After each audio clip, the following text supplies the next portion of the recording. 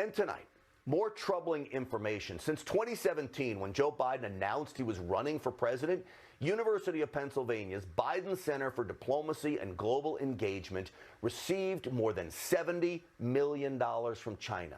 $22 million of it is listed as anonymous donors from China. Now, with all the allegations surrounding the Bidens and China, this is becoming more and more curious. The National Legal Policy Center filed a complaint about the unreported Chinese donations to the Department of Education.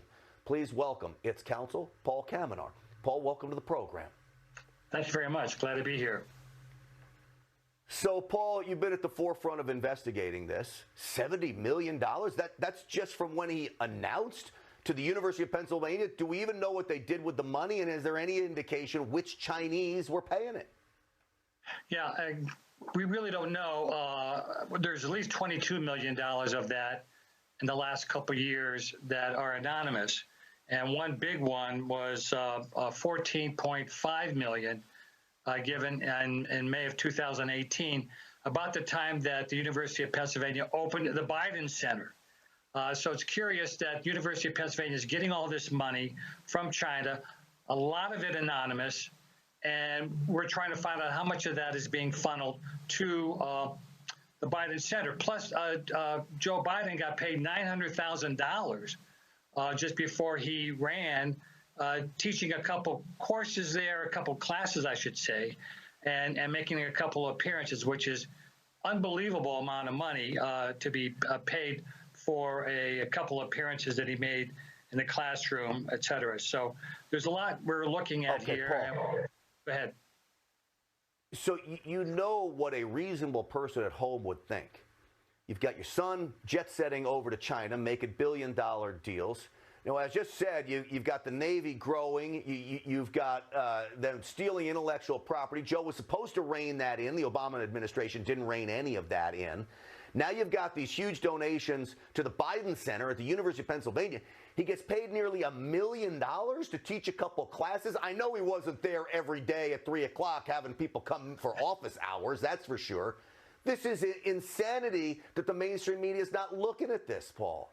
Well, that's true. And then to top it off, we've asked the University of Pennsylvania to disclose these anonymous donations. And I'm not surprised that they're refusing, because the chairman of the Board of Trustees of the University of Pennsylvania is a big Obama-Biden donor. In fact, on the very day that Biden announced he's running for office in April of 2019, that night, the chairman of the board of the University of Pennsylvania had a big fundraiser at his home with Joe there and 150 people coughing up the big bucks. You think the University of Pennsylvania is going to disclose these damning documents about Biden's connection with China money? I don't think so. So we're trying to get to the bottom of it. And there's a lot more going on here with this scandal. It's almost like drinking water from a fire hose. A couple things here. Look, we're a nation of laws, rules, and regulations. In your complaint, I read it, anything over $250,000 has to be reported. This is an open and shut case that somebody's got to get to the bottom of this. Well, that's correct. They're trying to say, well, we reported it was from China, and that's good enough, even though 90% of their other donations have the name of the company or person donating it. So they're playing fast and loose here. But the other thing we're looking at that's serious that involves the kickback scheme that Hunter had with his dad. This is unbelievable in terms of the criminality that's going on. That Hunter violated the Foreign Agents Registration Act by not registering as a foreign agent when he connected up his foreign buddies from Burisma and so forth to meet with his dad at the White House, to have other high-level meetings and so forth. In fact, there's even one email that is very curious where they say that they're trying to avoid registering at it, where Hunter says, we don't want to have to register as a foreign agent.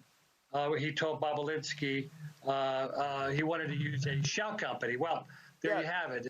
This was on a WhatsApp message. He literally says right there, we don't want to do it, and so we're going to set up a shell company to get around all this. So all of this stuff is, the fact that you're now dealing with Chinese spies, you've got this money laundering schemes, allegedly. Now even the University of Pennsylvania now comes in under these allegations as well.